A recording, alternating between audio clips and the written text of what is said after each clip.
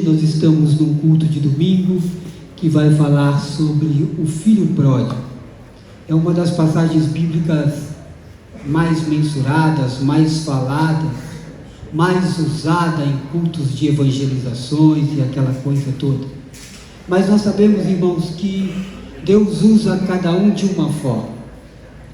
Deus usa irmãos que traz uma palavra para renovar, para mover, para agir, mas também Deus usa irmãos para falar e a palavra descer no seu coração e para você guardar. Porque muitas vezes é melhor a gente ouvir do que pular. Porque às vezes a gente pula, mas não entende o que Deus falou. Então é melhor a gente ficar quietinho e entender o que Deus vai falar no seu coração. Como já foi lido hoje aqui, ó, Lucas 15, versículo 11 diz assim: E disse, um certo homem tinha 2 filhos. Quantos filhos ele tinha? 2 filhos. O mais moço disse ao pai: Dá-me a parte da fazenda que me pertence. E ele repartiu por eles a fazenda. E poucos dias depois, o filho mais novo, ajuntando tudo, partiu para uma terra longínqua, e ali desperdiçou a sua fazenda, vivendo dissoluçamente. E havendo gastado tudo, houve naquela terra grande fome, e começou a padecer necessidade. E foi-se e chegou a um dos cidadãos daquela terra, a qual mandou para os seus campos apacentar porcos. E desejava encher o estômago com as bolotas que os porcos comiam, e ninguém lhe dava nada. Tornando em si, disse: Quantos jornaleiros de meu pai têm abundância de pão, e eu aqui pereço de fome. Levantar-me-ei e irei ter com meu pai, e direi-lhe: Pai, pequei contra ti e o céu, e perante o céu, já não sou digno de ser chamado teu filho. Fazei-me como um dos teus jornaleiros. E levantando-se foi para o seu pai, e quando ainda estava longe, viu o pai, e se moveu de íntima compaixão, e correndo, lançou-lhe ao pescoço e beijou.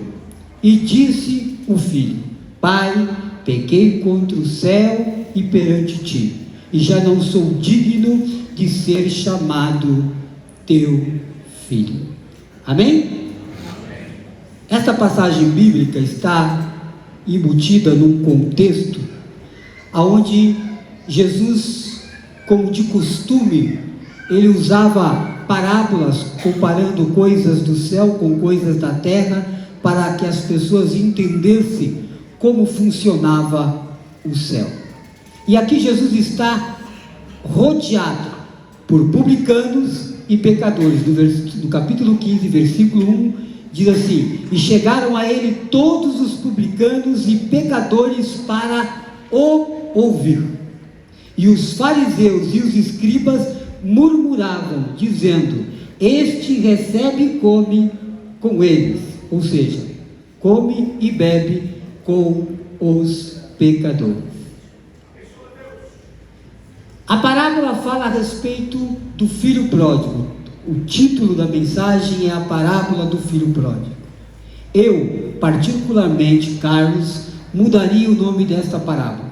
Eu mudaria o nome desta parábola para a parábola do pai que espera. O título da parábola é a parábola do filho pródigo. Eu mudaria este parte de cima e colocaria o pai que espera. Grava isso aí. O pai que espera.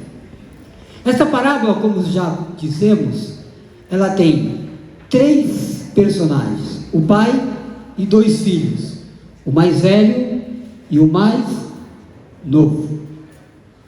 O mais novo, vendo a situação que estava ao redor dele, dá a entender que ele observou ao seu derredor e achou que estava afastado da sua casa era melhor do que ele tinha dentro da sua casa.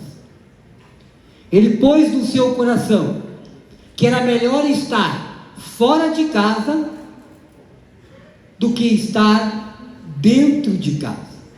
Porque a Bíblia diz que ele chegou ao pai e disse: dá-me o que é meu. E nós sabemos que herança só recebe quando o que acontece? Quando o pai morre, quando a mãe morre. Ninguém dá herança vivo. Mas ele estava dizendo para o pai: para mim, você já está morto, e eu quero o que é meu. E a Bíblia diz que o pai olhou a situação, não pensou duas vezes e dividiu a herança entre os dois filhos. Pela história nós sabemos que o filho mais novo não tinha direito à metade da herança, porque a metade da herança só o filho mais velho tinha direito. Ele só tinha direito a 1/3 da herança. Mesmo com 1/3, o pai parecia ser um homem rico. Quando o pai se dispôs a dar a 1/3 que ele tinha direito, a Bíblia diz que não durou muito tempo, ele pegou o que tinha e foi para uma terra longínqua. Ele não foi para a cidade vizinha, ele não foi para uma cidade de 20 quilômetros, 30 quilômetros, ele foi para uma cidade longínqua, querendo dizer: estou saindo da casa do pai e vou para bem longe. O meu pai não vai saber mais de mim. O filho mais novo fazendo isso, como nós sabemos, irmãos, que toda vez que nós saímos da casa do pai, quem aqui é casado? Quem é casado? Oh, que bênção, quase todo mundo. Quando nós somos solteiros, estamos debaixo da cobertura do pai, dentro das nossas casas, a preocupação é menor, é verdade ou não é? É ou não é? É. Porque você paga todas as contas da tua casa, quando você não é casado, quando você é jovem? Não. Quem paga a maioria das contas? É o pai ou a mãe. Alguém se responsabiliza pela maioria da dívida da casa. Mas quando você saiu da sua casa, que você casou, você começou a perceber que tudo era mais difícil. Parecia que ia ser fácil. Casei e está resolvido. Ah, é? Agora tu tem que pagar água, tu tem que pagar luz, tem que pagar imposto, tem que pagar tudo. Agora virou tua responsabilidade. Mas aquele moço saiu de casa sem saber de tudo isso. Ele achou que aquilo que ele tinha tomado era muito e nunca iria acabar. E foi para bem longe do pai. Atitude muito errada que muita gente toma é quando sai de um lugar e vai para longe da casa do pai. Porque enquanto estamos na casa do pai, estamos sob a proteção do pai. Mas quando nos afastamos do pai, a dificuldade começa a aumentar. Mas quando nós vamos para muito longe do pai, ou seja, o lugar que aquele jovem foi, ninguém conhecia ele, ninguém sabia quem ele era, não tinha nenhum parente dele lá. Ele estava sozinho, confiando naquilo que estava no seu bolso e achando que nunca iria acabar. Uma coisa eu quero deixar bem claro para você: nesta parábola, o pai não interviu na atitude do filho. Por quê? Porque o pai, nosso pai celestial, nunca vai intervir numa atitude que você queira tomar. O filho quis ir embora, foi. Só tem um porém: Deus é misericordioso, Deus é bondoso, e Ele deixa você plantar tudo o que você quiser. Só que também Deus é justo. Então Ele diz para você: você vai colher tudo quanto você vai plantar. O moço achou que ia dar tudo certo. Tudo certo. Porque enquanto temos dinheiro, temos amigos. Quando temos dinheiro, temos amigos. É assim ou não é? Quando a coisa vai bem, todo mundo está na nossa panelinha, né? Batendo no ombro, dizendo estamos juntos. E se você ainda é daqueles mais mão aberta, deixa que eu pago, você não precisa nem convidar. Já fico esperando você lá na porta para você passar e convidar ele para ir para algum lugar. Mas isso é uma outra história. E nós sabemos, irmãos, que esse moço tomou esta atitude, foi embora, e como eu disse, quando nós nos afastamos da casa do Pai, deixamos uma brecha para o inimigo. E o inimigo das nossas almas, eu não vou falar capeta porque vocês têm medo do diabo, eu vou falar Pedegué, que é mais bonitinho, que é o apelido que eu pus nele, vocês gostam, vocês dão risada, e eu consigo falar do diabo chamando ele de Pedegué. Então, o Pedegué, que não é nada bobo, ele não vai te atacar porque você afastou do Pai, porque ele sabe que se te atacar, você volta para onde? Para a casa do Pai. O que ele vai fazer com você? Ele vai simplesmente te iludir, ele vai te ludibriar, ele vai massagear o teu ego, dizendo, vai que vai dar certo, faz que não tem problema, você está fazendo e Deus nunca revelou, você está fazendo e Deus nunca falou, usou um profeta para chegar até você, mas fica tranquilo, você está plantando, tu vai colher. É melhor você ser repreendido hoje aqui na terra, do que no último dia você chegar lá cantando na porta e ficar do lado de fora e ouvir, eu não te conheço. Mas isso também é uma outra história. Nem sei porque eu entrei por aqui. Mas irmãos, esses três personagens, o primeiro era Deus. O segundo, filho mais novo, ele representava os publicanos e os pecadores. O filho mais velho representava os escribas e fariseus. Nesta noite aqui, quem você é? Que filho você é? O que peca? Você é o quê? O que faz as coisas por baixo do pano? Ou você é aquele que julga? Ou você é aquele que aponta? Porque o filho mais velho representava os escribas e os fariseus da lei, os religiosos. Muita gente, irmãos, hoje não consegue entender, que nem o nosso irmão ontem reconciliou ontem, presbítero da igreja. Ele falou que era presbítero, ele reconciliou, então eu considero presbítero porque a unção ele não perdeu. Vamos dizer que amanhã o pastor Heber dá uma oportunidade para ele, põe ele sentado aqui. O que vai acontecer com os religiosos? Com o filho mais velho da igreja? Estou aqui há tanto tempo e não dou oportunidade para mim. Mas depois ele vai chegar nisso. Muita calma nesta hora. Muita calma nesta hora. E a Bíblia diz que ele foi para uma terra longínqua. Ficou longe da presença do Pai, afastou do Pai, não queria notícias do Pai, o Pai não queria, ele não queria que o Pai soubesse aonde ele estava. E a Bíblia diz que a situação foi piorando, e o dinheiro acabou. Como eu disse, o inimigo não atacou ele diretamente. Pedegué não atacou ele, tentou passar o rodo nele. Foi só alimentando e massageando o ego dele, dizendo, vai que o povo está com você, vai que o povo vai te ajudar. Na hora que você precisar, eles vão estar aí para te apoiar.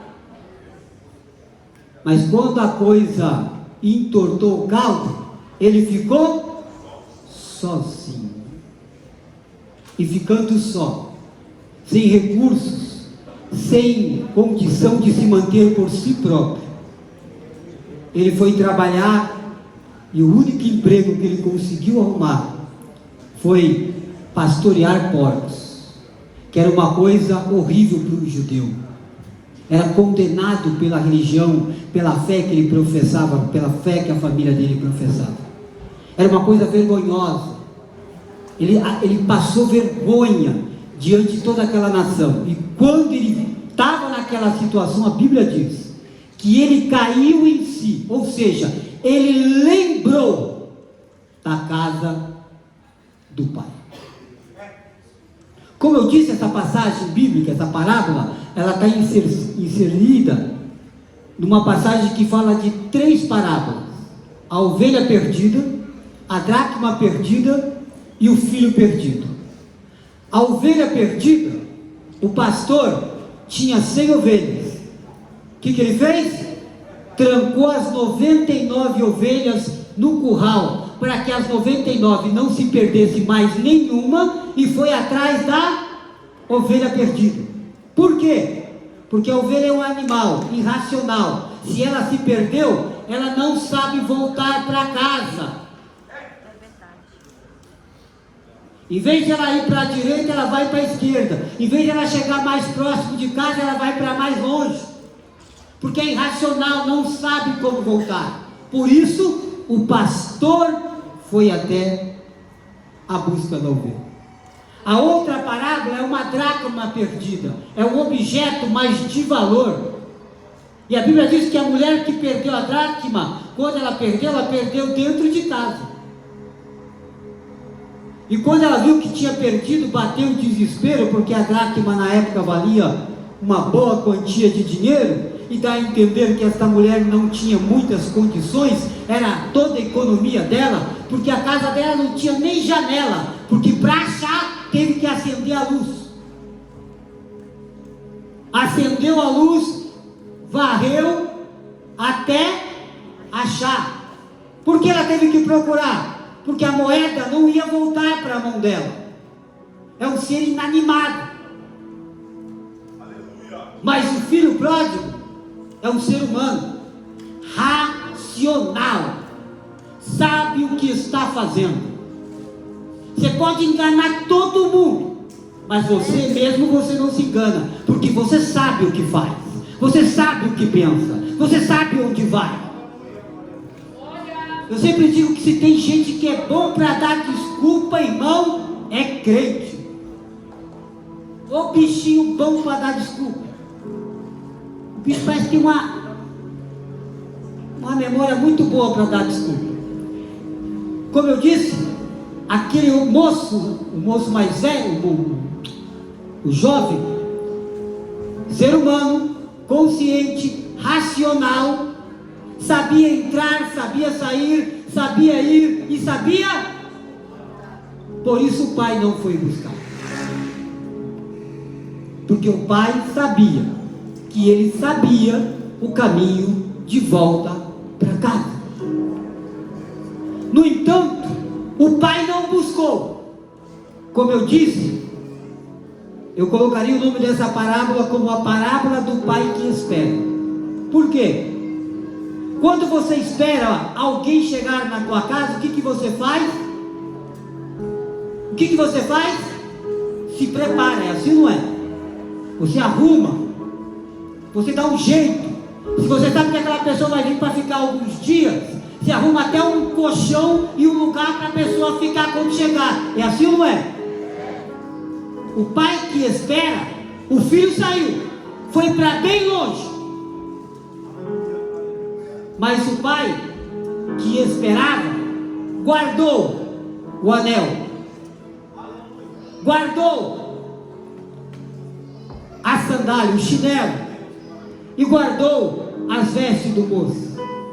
E não só por isso, ele disse: estou guardando isso, porque eu tenho certeza que ele vai voltar. Prepara um capado novo aí.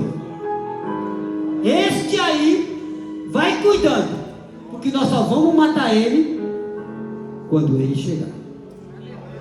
Porque ele tinha certeza, ele sabia que o filho voltaria. E ele, naquela situação, caindo em si, lembrou da casa do pai. E aí ele fez planos e pensou assim: vou chegar até no meu pai e vou dizer a ele: pequei contra ti, pequei contra os céus, não sou digno de ser chamado teu filho. Faz de mim um dos seus empregados, um dos seus jornaleiros. E a Bíblia diz que ele, pondo isso no coração, ele levantou e foi.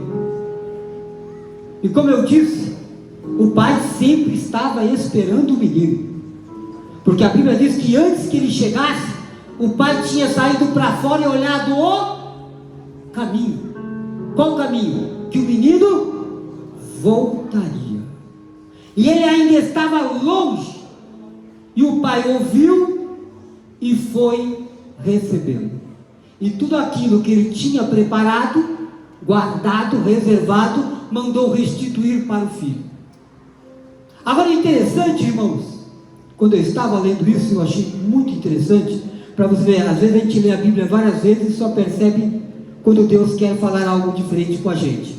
A intenção do moço era chegar no pai e dizer: pai, pequei contra ti, pequei contra os céus, não sou digno de ser teu filho, faz de mim um dos teus servos, empregados. Aí o 20, o 21, coloca ali, dá para colocar ali, Adão, versículo 21. Olha que interessante. Versículo 21. O filho disse para o pai, porque ele já tinha se encontrado, quem está entendendo? Ele saiu da onde ele estava com a intenção de falar isso. E o filho disse ao pai: pequei contra ti e o céu, já não sou digno de ser chamado teu filho.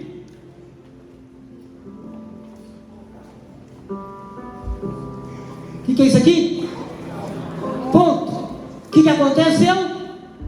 Acabou a frase. Quem interrompeu a frase? O pai. Vocês não pegaram. Adão, coloca para mim, por favor. Cadê? Deixa eu achar aqui. Peguei contra ti, peguei. Coloca o 19 para mim, Adão. Olha lá, ó. Quando ele estava ainda sozinho: já não sou digno de ser chamado teu filho, faz-me como um dos teus trabalhadores. A frase dele toda era essa, mas porém ela acabou aqui. Isto aqui o pai não permitiu que ele falasse, porque o pai nunca rejeita um filho. O pai sempre está esperando o filho. Talvez você se afastou, talvez você está longe, achando indigno de voltar para a casa do pai, mas o pai está aqui para te receber de braços abertos. Ele não conseguiu concluir a frase que ele tinha no seu coração para dizer para o pai, porque o pai nunca teria ele como empregado, porque ele era filho, apesar de tudo. Porque a festa que o pai deu não foi pelas atrapalhadas que o filho fez, nenhuma. A festa que o pai deu é porque ele estava morto e reviveu. A festa não era uma festa para comemorar o erro dele. A festa era pelo arrependimento dele dos erros dele.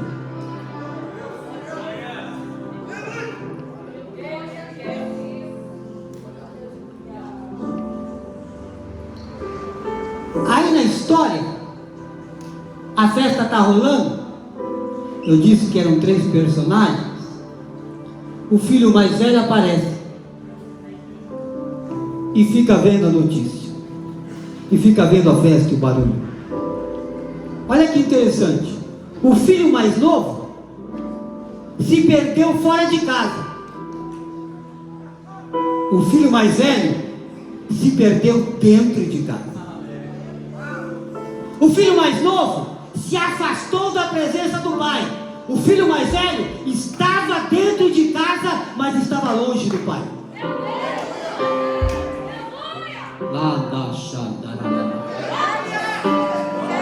Tem muita gente que aponta quem está lá fora, mas está aqui dentro, mas também está aqui nem o filho mais velho, está longe do pai. Está longe do pai. O filho mais velho, o filho mais novo, queria voltar e ser um empregado. O filho mais velho estava dentro de casa e se julgava um empregado. Como assim, irmão? Você é doido? Não, está na Bíblia. Nunca deixei o Senhor, sempre fiz tudo certinho. O filho mais velho era aquele que achava que ia ser recompensado por aquilo que ele fazia, ou seja, por aquilo que ele deveria fazer. Tem muito crente dentro da igreja igual o filho mais velho, achando que merece algo pelo que ele faz. Irmão, tu não merece nada, você precisa fazer porque a adoração é para ele, é dele.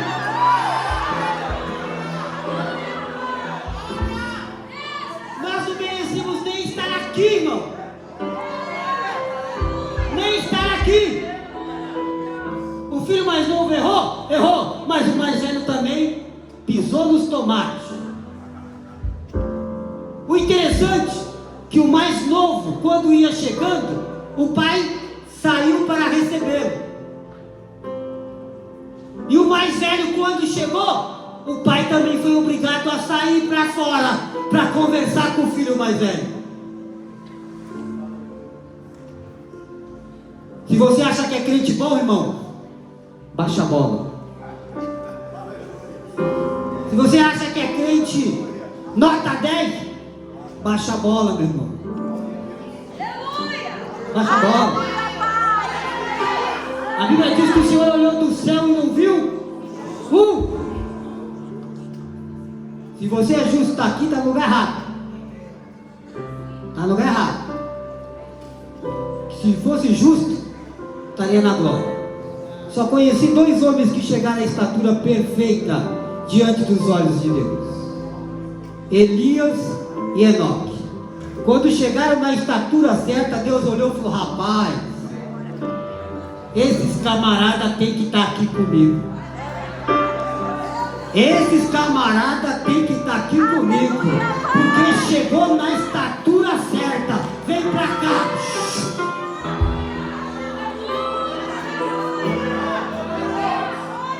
Elias subiu no redemoinho de fogo. Enoque desapareceu. Não conseguiram nem achar o corpo deles até hoje, porque Deus nem o corpo dele permitiu que alguém enterrasse, largasse dele. Irmãos, precisamos aprender muito com Deus. Estamos vivendo os últimos dias da igreja na terra. Deus não está preocupado se você está fazendo ou não está fazendo. Deus não está preocupado, irmãos, com aquilo que você já fez. Porque o filho mais novo, quando saiu, ele falou: eu vou chegar lá e vou dizer, pisei na bola, errei, fiz tudo errado, não quero nem ser filho, vou ser empregado. É isso que ele estava dizendo. E o pai, como é um pai amoroso, não esperou ele concluir a frase. Falou: meu filho, eu sempre te esperei. A sua sandália está aqui, pode colocar ali. As suas vestes está aqui, pode colocar ali. O anel também está aqui, pode colocar ali. Até o Alexandre estava falando ali há poucos instantes, eu estava conversando. O filho mais velho, ele estava preocupado, triste, porque o pai tinha matado um que, irmão? Para a festa o pai matou o quê? Um novilho, um boi.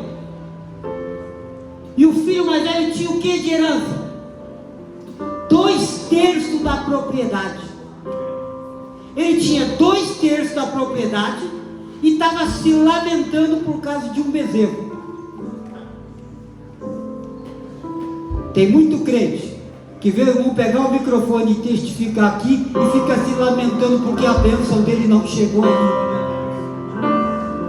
Se você meditasse e lembrasse das grandes coisas que Deus já fez com você, jamais você olharia para a bênção que o irmão está contando.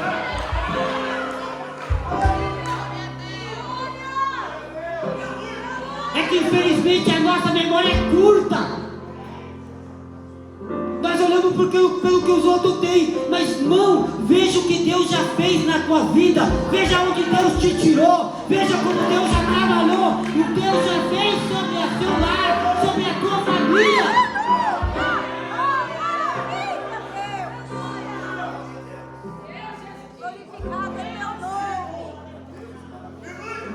E ficamos questionando, ficamos lamentando. Por que isso? Por que aquilo? Adão, eu estava meditando nessa palavra hoje. Coloca aquele. Olha só, que interessante o que Deus me mostrou. O que é isso aqui, irmão? Quem sabe o que é isso? Hã? É um eletrocardiograma. Isso aí é uma leitura da batida do coração, que bombeia o sangue para todo o nosso organismo. Quando eu estava lendo essa mensagem, eu estava questionando Deus, com o coração do pai, como estava o menino naquela situação, e eu falei, gente, nossa, imagina todo o contexto da história. E aí, eu falei, Senhor, mas por que muitas vezes a nossa vida, quando a gente acha que está ficando bom, fica ruim, na hora que a gente acha que vai conquistar, a coisa parece que fica mais longe? Aí o Senhor me trouxe isso aqui, ó. O retrato da nossa vida. É isso aqui, ó. Altos e baixos. Altos e baixos. Altos e baixos. Altos e baixos. Você entende o porquê? Não. Põe o outro, Adão. Esse aqui. Altos e baixos. Altos e baixos. Altos e baixos. Quem não quer ter problema aqui? Vocês entenderam, hein? Volta lá, Adão. Esse aqui, cheio de luta, cheio de problema, mas está vivo. Troca. Troca, Adão. Vamos, Adão. Esse aqui, problema. Acabou, está morto. Quer ficar sem problema? Morre. Morre. Enquanto está vivo, é alto e baixo, alto e baixo, alto e baixo. Mas você só vai entender quando a mão de Deus trabalhar na sua vida.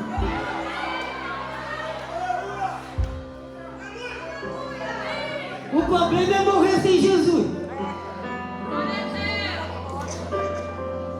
Viver sem Jesus é fácil, é moleza e é gostoso.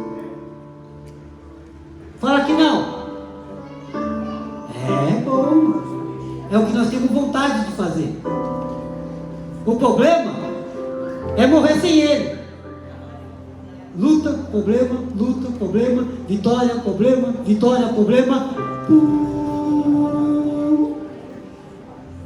Acabou. Muitos de nós ficamos dizendo para nós mesmos que ninguém enxerga valor em nós.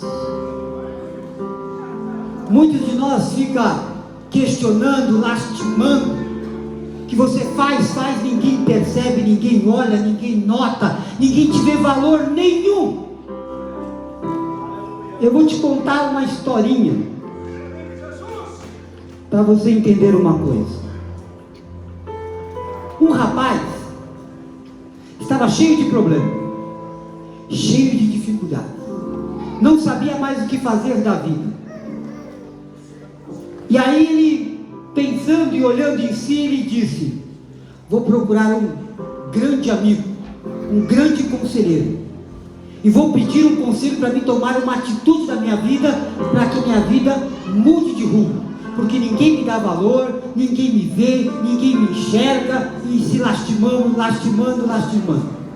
Chegou neste amigo, e esse amigo, ele começou a conversar com o amigo, e o amigo olhou para ele e disse: olha, agora eu não tenho tempo para conversar, eu estou ocupado.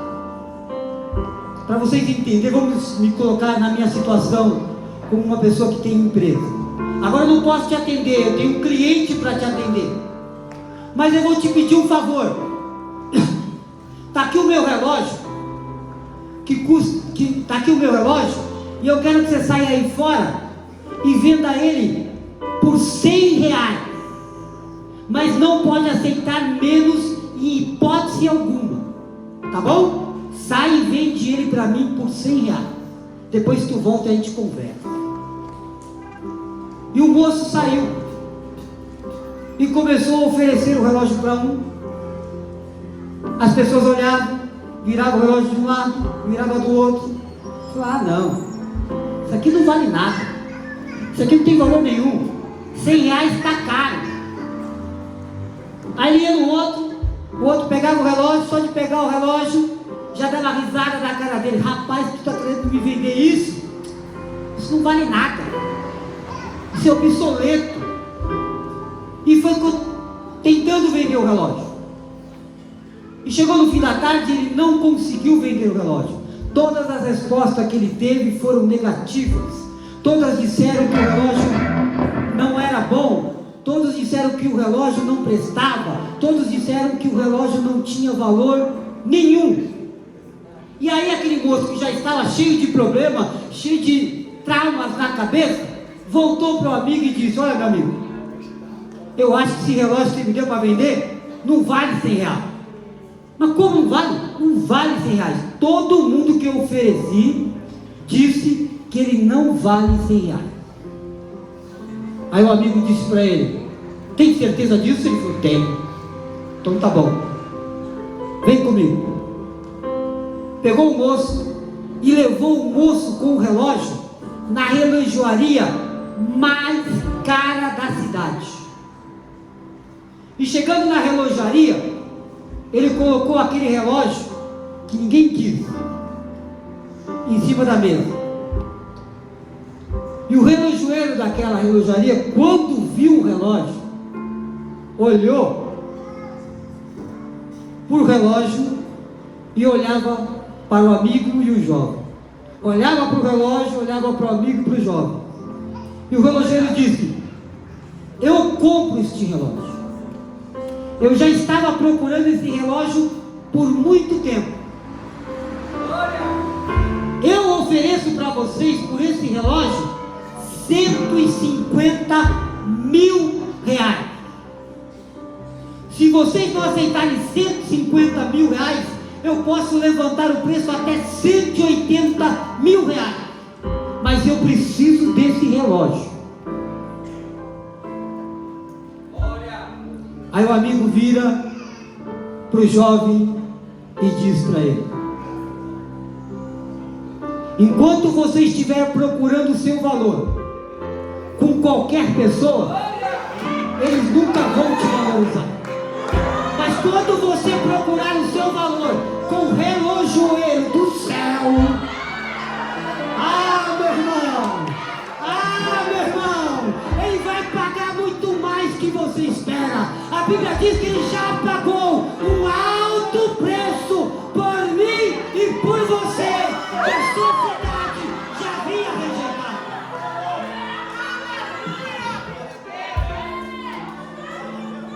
Não queira receber elogios daquele que nunca ninguém vai querer te valorizar, meu irmão. Não vai querer receber elogio daqueles que vão ter inveja quando você crescer. Não queira receber elogio quando você Deus te levantar e começar a te usar, não quer receber elogio desses. A honra e a glória tem que ser dada somente a Ele, a Ele, a Ele, a Ele. Se você está esperando dos homens, você vai com certeza se entristecer. Vai se achar um ninguém, vai se achar um zero à esquerda, vai se achar que não, se você canta no grupo, vai achar que você não canta. Porque, por exemplo, a Rosa cantou aqui hoje. Se eu fosse cantar, eu ia virar para os irmãos e falar: irmão, dá uma letra aí para mim. Tem dó. Tem dó de mim. Porque não tem nem... Quem está entendendo o que eu estou querendo dizer? É? Tem dó de mim, irmão. Não dá para comparar. Mas não tem como eu questionar o que Deus faz através da vida dela. Se Deus quer fazer, irmão, quem sou eu para falar que não pode? Se Deus quiser te levantar, quem sou eu para falar que não pode? Se Deus quiser te abençoar, quem sou eu para falar que não pode, irmão?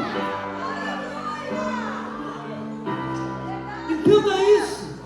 Se você canta no grupo, tem alguém que canta melhor que você, amém, mas o louvor que ele está cantando é para ele, e o que você canta também é para ele. Ou você acha que Deus lá no céu fica olhando e fala: rapaz, naquele grupo lá só tem 2 que cantam, o resto não canta. Você acha que é assim? Não. Porque a nossa adoração, irmãos, não sobe de forma como nós ouvimos aqui. Ela sobe como incenso, como cheiro suave, como cheiro agradável. Só que aí chega lá e vai para a tábua de ouro, que é como se fosse uma peneira. Porque tem aquele que canta, mas canta para cantar, canta para fazer bonito, canta que não é para adorar. Aí na peneira passa. Mas tem aquele que canta, pode não cantar tão bem, pode errar as letras, mas canta adorando, canta glorificando, não passa. Aí daquilo que não passa, que fica na peneira, vai para as narinas de Deus, porque Deus só recebe o melhor. Olha só, olha só. O Dr. Google diz que 1 litro de água tem 20.000 gotas de água. O Google diz que em 1 litro de água existe 20.000 gotas de água. Vou estragar essa água aqui. Não tem problema, eu bebo. Vamos dizer que isso aqui eu peguei lá na rua, lá no esgoto, esse líquido. Aqui vamos dizer que é 1 litro de água, tem 20.000 gotas aqui. Aí eu pego essa outra água que eu peguei lá do esgoto, coloco aqui uma gota. Quantas gotas tem aqui nesse 1 litro? Quantas? 20.001. Água limpa e uma gota de água suja. Tem 20.001 gotas. Em porcentagem, que eu gosto de matemática, a exata eu gosto da exata, em porcentagem tem 99,99995. E de água suja, em 1 litro tem 0,00005, que vai formar 1 litro. 99,4 casas decimal 5 de água limpa.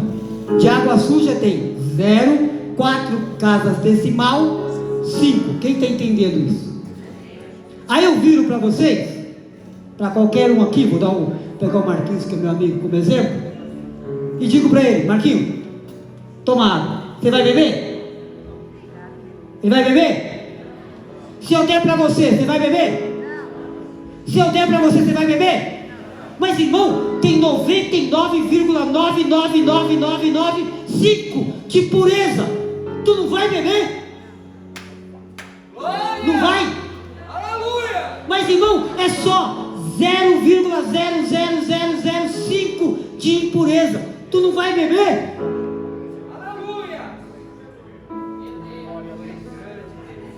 Se para você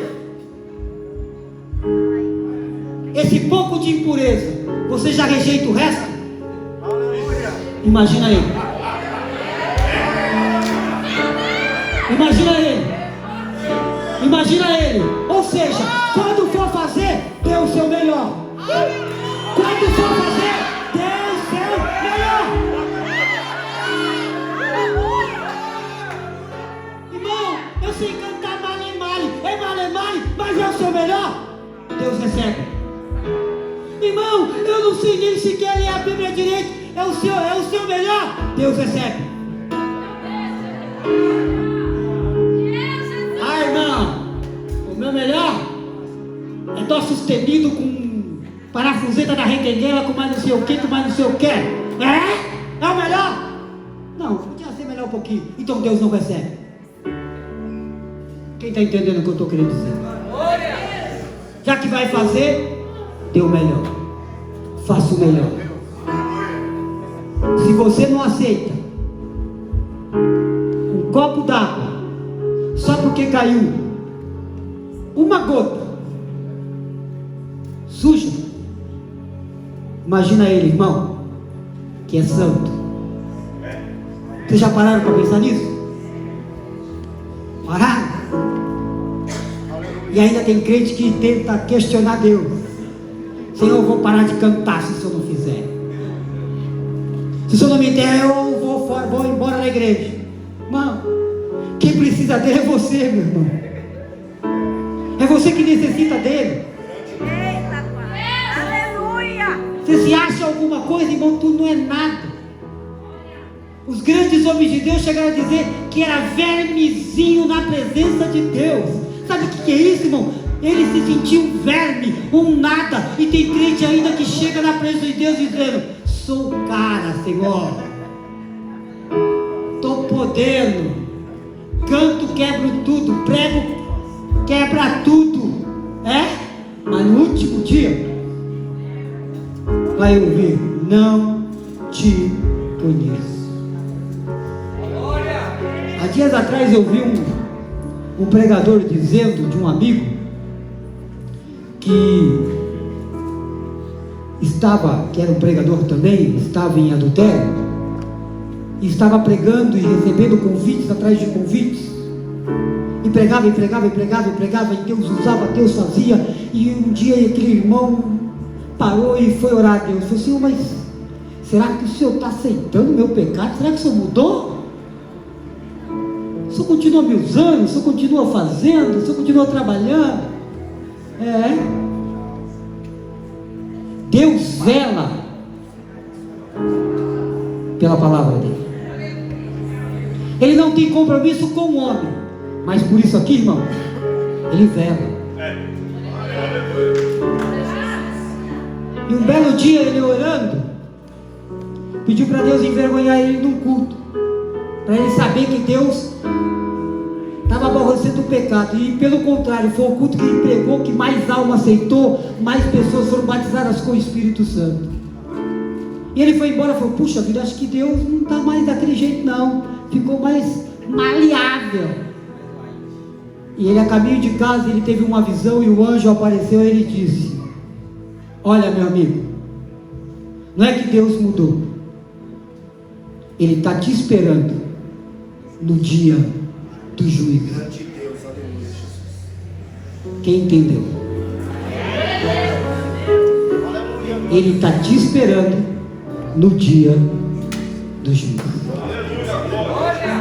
Muitos dizem que a Bíblia é história. Ixi, já passei do horário. É história da carochinha. É coisa dos homens. Quem já ouviu isso?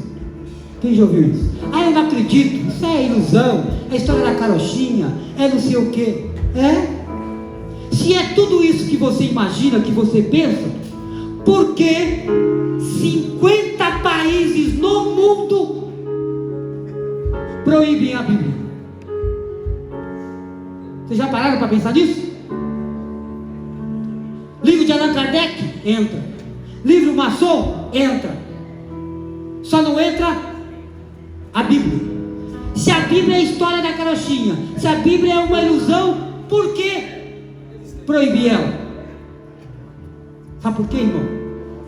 A Bíblia fechada é um livro de capa preta, como diz por aí, mas ela aberta é a boca de Deus falando para mudar a tua vida. Os homens querem ter o controle das pessoas, e para ter os controles das pessoas tem que subjugá-las, tem que repreendê-las, tem que deixá-las para baixo. Mas quando as pessoas conhecem esta palavra, recebem a libertação, recebem a cura, recebem a salvação, há uma mudança de vida. Por isso que eles proíbem ela lá, porque sabem que se ela chegar lá, eles perdem o domínio, porque aí o domínio passa a ser do nosso Senhor e Salvador Jesus Cristo. Eu disse que mudaria o tema dessa mensagem para o Pai que espera. Eu não sei onde você anda, onde você andou, o que você fez, o que você deixou de fazer. Talvez você muitas vezes já teve vontade de voltar para Jesus. Muitas vezes você já titubeou em alguns caminhos, e você já percebeu que algumas vezes Deus te livrou da morte. Você já percebeu que mesmo em algumas situações difíceis, Deus fez algo por você, mesmo você estando longe, mesmo você estando afastado, mesmo você pecando, mesmo você fazendo tudo o que você tem feito. Mas eu quero dizer uma coisa para você: o Pai está no caminho, todo dia, te esperando para você voltar.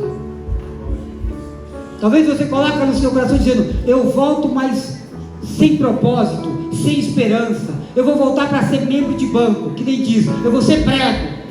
Que membro de banco é prego, prego que gruda o banco. Eu vou ser prego, vou ficar ali sentadinho, quietinho. Não, meu irmão, não é nada disso. Deus vai lançar os seus pecados no lago do esquecimento. Antes que você diga e chegue: Pai, pequei contra ti, pequei contra os céus, não sou digno de ser chamado teu filho. Aí quando você vai concluir dizendo: eu não quero ser nada, eu vou voltar, mas não quero ser nada, ele vai dizer: pelo contrário, meu filho, está aqui ali, está aqui o anel, está aqui a sandália, você novamente é o meu filho. E eu quero dizer para você nesta noite que o Pai preparou este culto para que, independente de como você esteja, ou por onde você andou, talvez você está tão longe, achando que Ele te perdeu de vista. Mas eu quero te dizer que se você for para o céu, para o espaço, Ele está lá te contemplando. Se você descer para o fundo do mar, mais fundo do que onde estava o Titanic, que os homens morreram tudo lá, Ele também está lá. Se você cavar um buraco, mesmo que seja na terra, e tentar se esconder, Deus também está lá. Ele não te desampara, Ele não te deixa só. Ele está te esperando hoje. Eu gostaria, você que está aqui, e realmente é uma pessoa que tem coragem, porque para andar com Jesus, irmão, tem que ter coragem. Homem e mulher, calça frouxa, não consegue andar com Jesus. Não, tem que ter coragem. Se você não tem coragem, bem, mas se você é um homem corajoso, sabe que Deus pode fazer mais do que você espera. Talvez você diz: eu não consigo, já é a quinta vez, já é a sexta vez, já é a sétima vez. Não tem problema, Ele está aqui de braços abertos, te esperando, e vai te receber gostoso nesta noite. Tem alguém para Jesus? Já tem um aqui. Já tem um aqui, aleluia. Tem mais alguém aqui? Já tem festa na casa. Já tem festa no céu.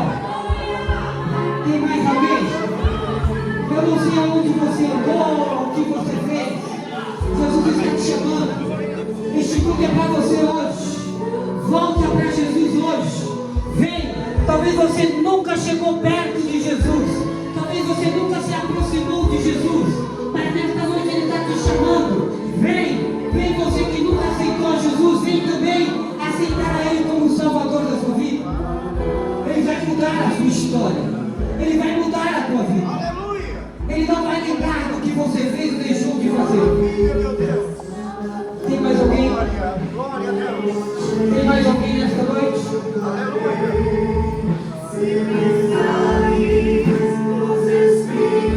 Olha só. Tem uma pessoa que está aqui. E você já percebeu que diversas vezes Deus te livrou. Deus te guardou. E você mesmo disse com você mesmo: tem que ser Deus. Porque se fosse o diabo, ele tinha me matado. Cadê você? Deus quer você de volta. Ele está te livrando, está te guardando, Ele está te mostrando que Deus está com você. Deus maravilhoso. Te guardando. E já foram muitos livramentos que Deus te deu. E você já viu com seus próprios olhos o livramento que Ele te deu. Se não fosse Deus te livrando, era o diabo que estava querendo te matar. E Deus te guardando, te protegendo, te escondendo. Aproveita. Volta ali, Adão, naquele último lá. Fazendo um favor. Está com luta? Está com problema? Está com dificuldade? Está com situação difícil? Aproveita. Porque isso aqui, ó, pode acabar. Aleluia. Aí depois que acabou, não tem mais oportunidade. A oportunidade é agora. É agora. É agora. É agora. É agora. Vem. Aproveita. Vem.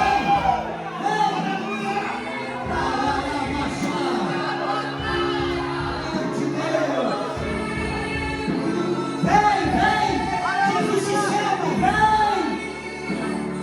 aproveita a oportunidade, meu irmão. Aproveita a oportunidade, meu irmão. O filho pródigo, ele só percebeu a situação que estava quando ele caiu em si. Enquanto ele não caiu em si, ele estava caminhando para o buraco. Mas na hora que ele caiu em si, que ele lembrou da casa do Pai, ele sentiu vontade de voltar. Você que está aqui hoje, que um dia já frequentou o culto, Deus te chama hoje. Ele está colocando agora na tua memória os dias felizes que você já teve na presença do Pai, na casa do Pai. E Ele quer que isso aconteça novamente na tua vida. Ele quer que isso novamente seja restaurado na tua vida. Por isso eu te digo: levanta e vem. Levanta e vem. Porque o moço tomou atitude, levantou e foi. Eu não vou insistir mais, mas tem vidas que precisam voltar para Jesus ainda hoje. Tem vidas ainda que precisam voltar hoje. Você está sentindo um calor, o coração está quase saindo pela boca. O seu coração, esses picos aqui, ó, está indo lá para cima. É o Espírito Santo falando ao seu coração: volta, volta, volta, volta, volta, volta, volta, volta, volta. Eu não vou insistir porque a hora foi embora. Que Deus te deu uma outra oportunidade. Amém?